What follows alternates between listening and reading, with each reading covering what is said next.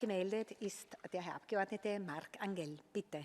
Ja, vielen Dank, Frau Vorsitzende. Chers tous, de nombreux rapports ont été votés dans cet hémicycle concernant les droits des personnes en situation de handicap. Qu'il s'agisse d'une approche harmonisée sur la définition du handicap, qu'il s'agisse des quotas en entreprise en faveur d'une plus grande inclusion ou encore une bonne couverture sociale pour les personnes vivant avec un handicap. Welcome to this live stream from the European Parliament here in Brussels. Today, I want to be positive and I want to say that in the European Parliament we've had 91 resolutions since the beginning of the mandature which were specific LGBTI or where there was some articles concerning LGBTI people. The document the Chair and the citizen spokesmen presented to us, it was elaborated with the help of the Secretariat, was a very good document because it contained the 19 recommendations the citizens had produced in Maastricht. What do we see, and not only in the neighboring states of Ukraine, but also in all European, the solidarity of the people.